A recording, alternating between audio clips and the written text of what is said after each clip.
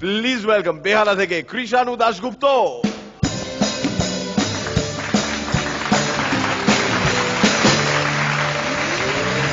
নমস্কার মিতা বাবারা। তো আজকে আবার বুদ্ধবাবু, বিমানবাবু, রবীনবাবু এনারা তিনজনে দীঘা গেছেন। আরো দুজন আছেন এই কে? নতুন অতিথি। আচ্ছা, আজকে হচ্ছে ডক্টর মানস ভুইয়া এবং কবির সুমন, বাবা। এনারাও দীঘা গেছেন কিন্তু আলাদা আলাদা ভাবে। আচ্ছা, এইবার বুদ্ধবাবু, বিমানবাবু, রবীনবাবু দীঘার সমুদ্র সৈকতে বসে আছেন। বুদ্ধবাবু, হোয়াট আ বিউটি! বিমানদা দেখতে পাচ্ছেন, অসাধারণ। Wow, paradise. আজকে আপনি ভাবুন, আজকে দলের কাজে দীঘায় এলাম বলেই এই শোভাটা উপভোগ করতে পারলাম। বিমানদা, এটাকে আপনি কি বলবেন?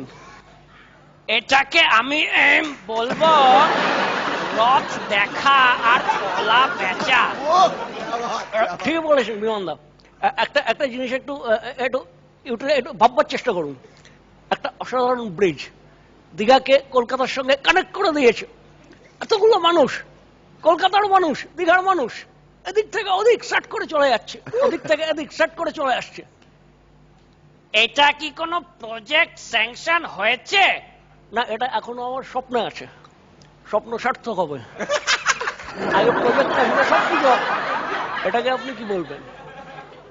তাহলে এটাকে আমি বলবো গাছে কাঁঠাল আর গোফে তেল। আজকাল দিনকাল যা পড়েছে বুদ্ধ, চারপাশের যা হাওয়া কিছুতেই তো কিছু হতে দিচ্ছে না। স্বপ্ন না যেন স্বপ্নই থেকে যায়। অসাধারণ, অসাধারণ। বিমানদা ফিল করুন, একটা ব্রিজ বইছে, একটা হাওয়া বইছে, অসাধারণ। রবীনবাবু, এটাকে নিয়ে আপনি কিছু বলতে চান? রবীনবাবু, এইটা এইটা আমার মনে হচ্ছে পরিবর্তনের হাওয়া। এইটা শিওর শিওর মনে হচ্ছে পরিবর্তনের হাওয়া। না please, I have enough respect for you. রবীনবাবু প্লিজ, এখানে আমরা রিল্যাক্স করতে এসেছি, এগুলো প্লিজ বলবেন না। আমরা শ্রদ্ধা করি, ইউ হ্যাভ এনাফ নলেজ, আপনার অসাধারণ পড়াশোনা, কিন্তু প্লিজ এখানে একটু আনন্দ করতে দিন। আপনার ওই ডেটাবেস এখানে ঘাটবেন না প্লিজ।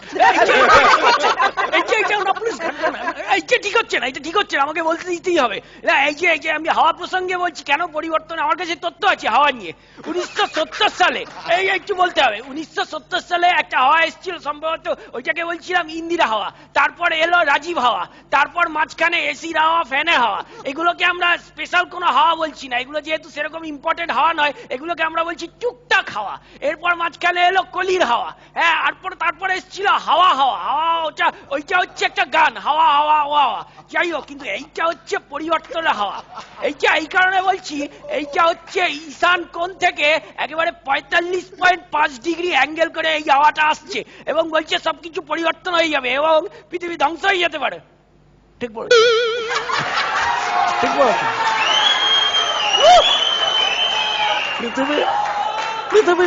পৃথিবী ধ্বংস হওয়া নিয়ে একটা গল্প বলি।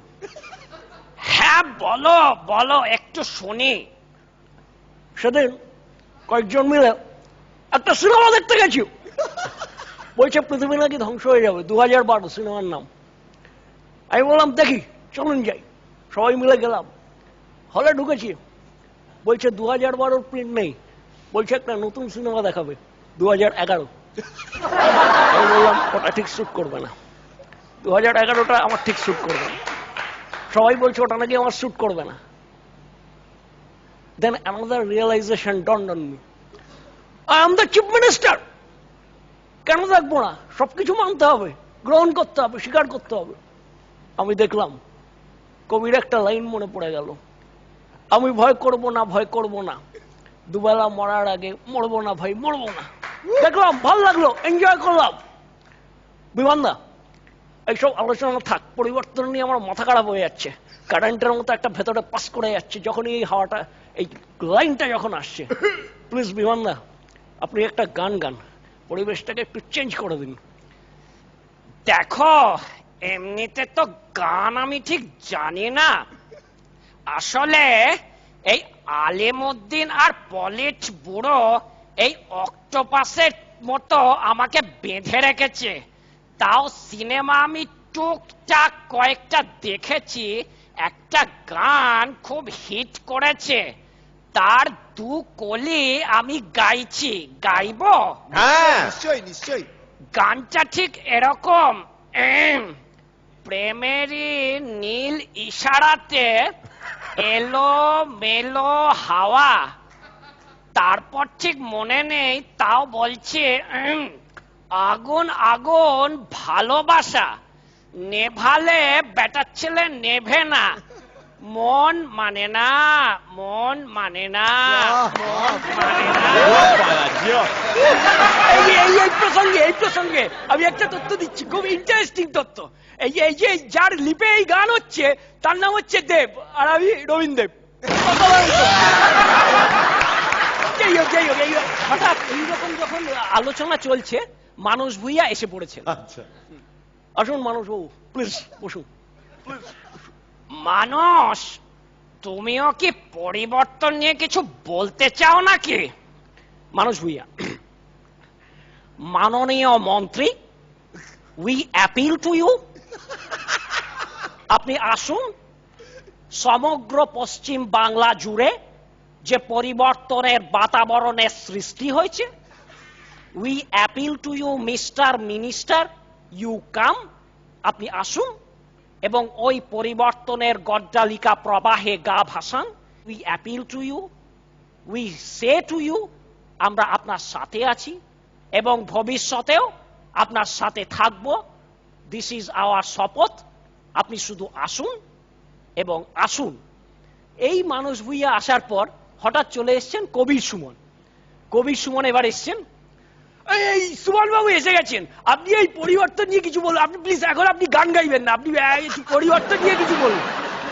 কবির সুমন, মাননীয় বন্ধুবর, আমি একজন ক্ষুদ্র কীট।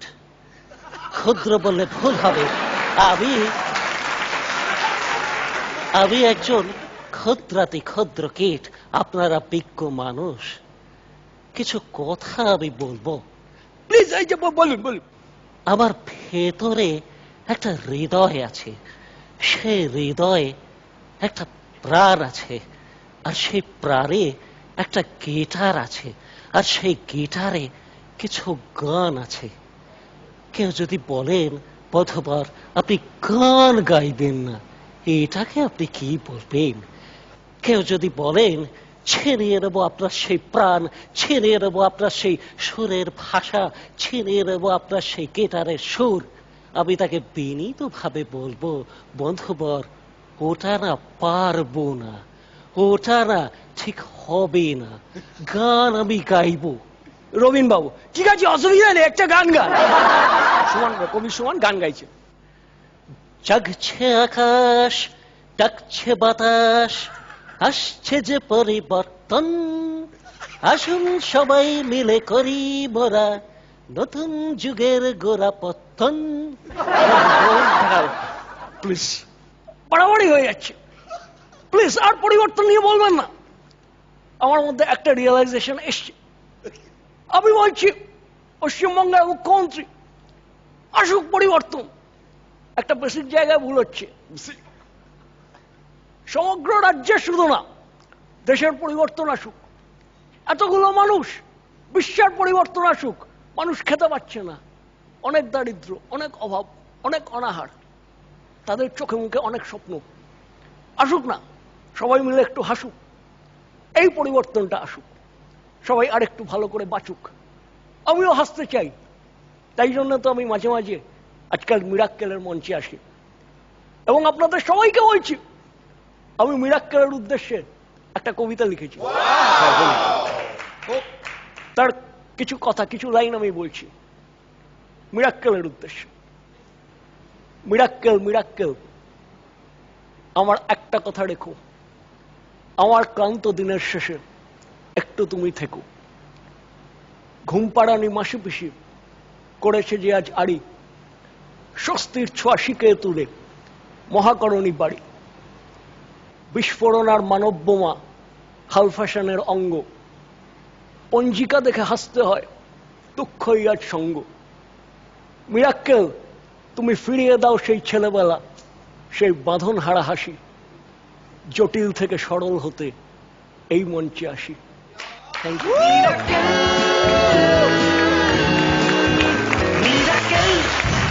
সুপার।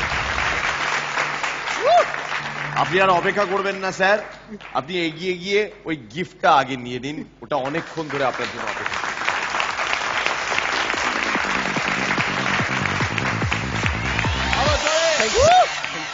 Thank you sir.